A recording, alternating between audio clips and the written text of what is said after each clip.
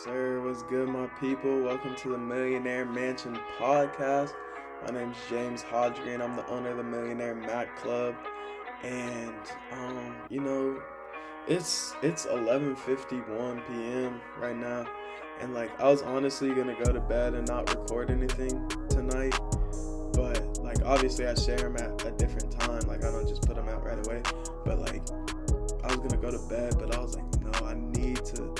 Me and Jonah were talking about this stuff earlier, what we're about to cover. I was like, no, I need to share this. I need to share this because this might resonate for somebody, and this might help them align and get back on track to where they want to go, and maybe help them receive a blessing a little bit faster.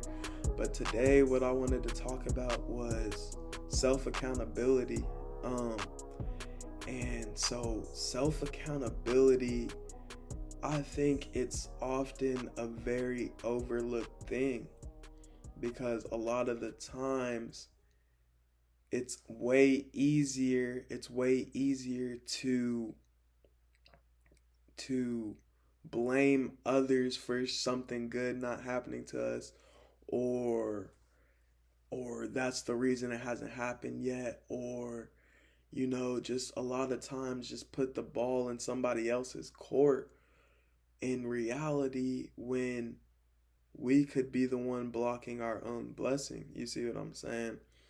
Because at the end of the day, the only person that you can control is you. You see what I'm saying? So you can't, if you have the external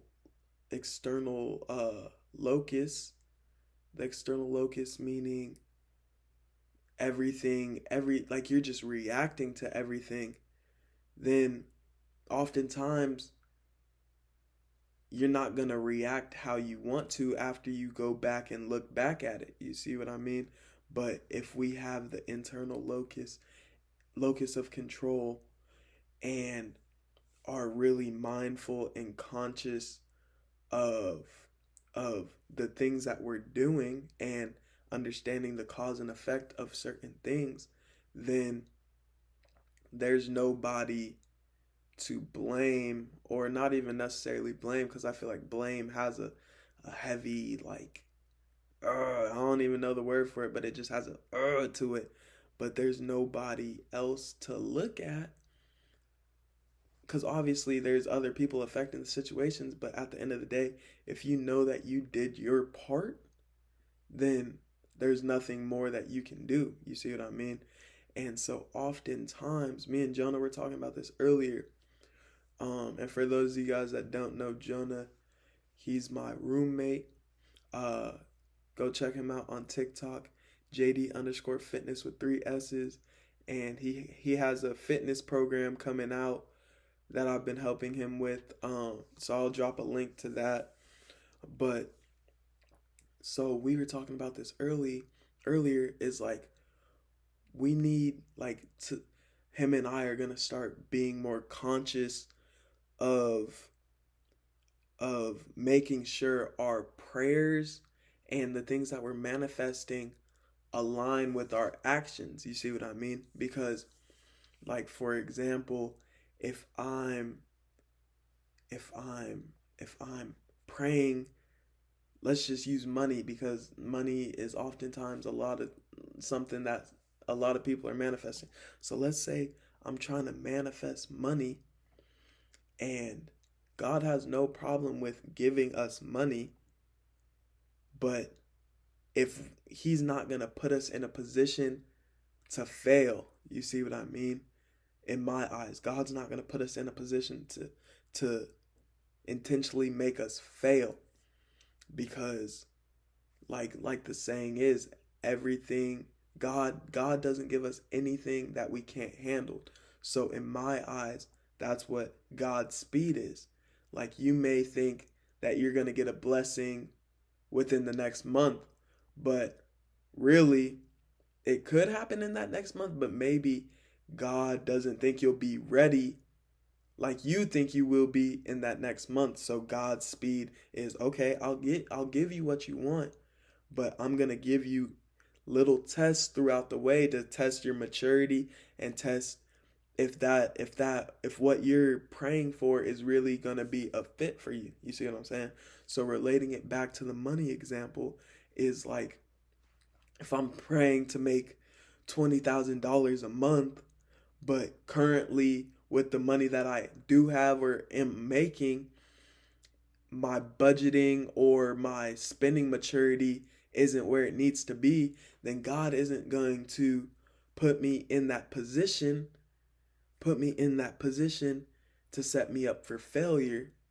Because yes, we a lot of times, I'll just speak for myself. I won't speak for everybody, but it's seen like we'll manifest this or we'll pray for this, but if it happened, I want you to ask this question to yourself.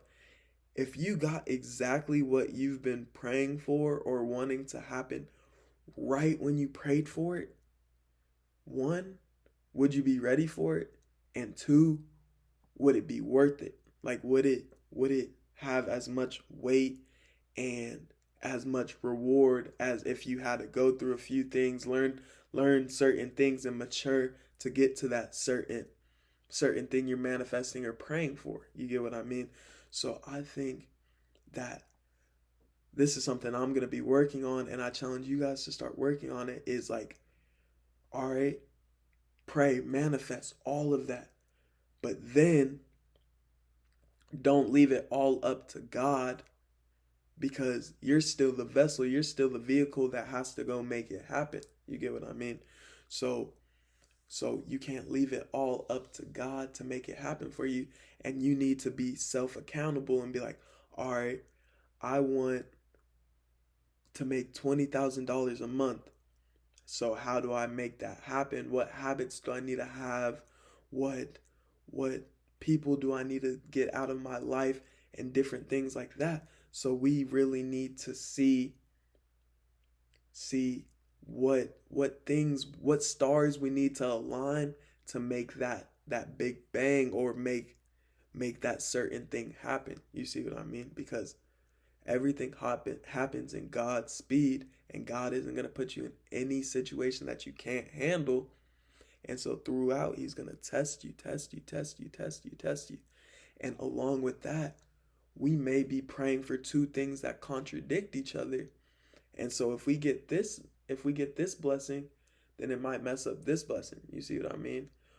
Or if we get both of them at the same time, or if we're starting to get this one and we're not tight with this one, then this may mess up this blessing. You get what I mean? So like, for example, like if I'm praying to, what's like an easy example?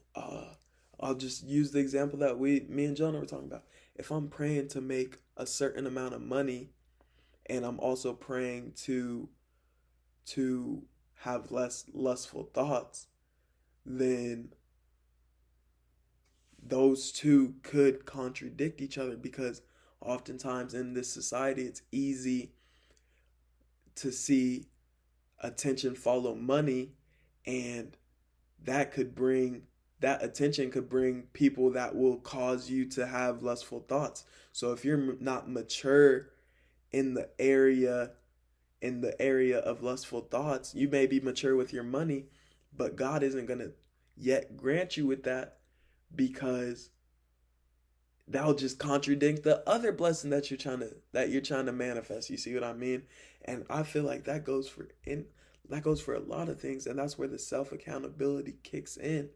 And it's so important for us to really, like, instead of freaking out like, oh, it didn't happen yet, oh, is it really for me, just taking a step back and be like, okay, why didn't it happen? Did I really put in the work for it to happen in due time? And if I did put in the work, what more work can I put in? And if there's no more work for me to put in, what could I have learned to make that outcome for sure happen? You see what I mean? But so I really think that's an important thing for us to nail down, is that self-accountability. And I want you guys to really focus and be cognitive of that. And just really start focusing on that. And before you point the finger, look at yourself. Look at yourself. Look in the mirror, because at the end of the day, you can persuade other people, you can influence other people, but you can't control other people. You see what I'm saying? So I want you guys to focus on that.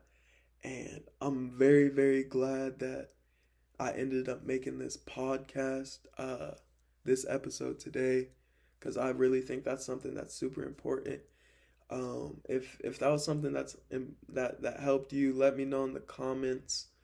I'm so glad that I can keep connecting with y'all. I hope this stuff is insightful.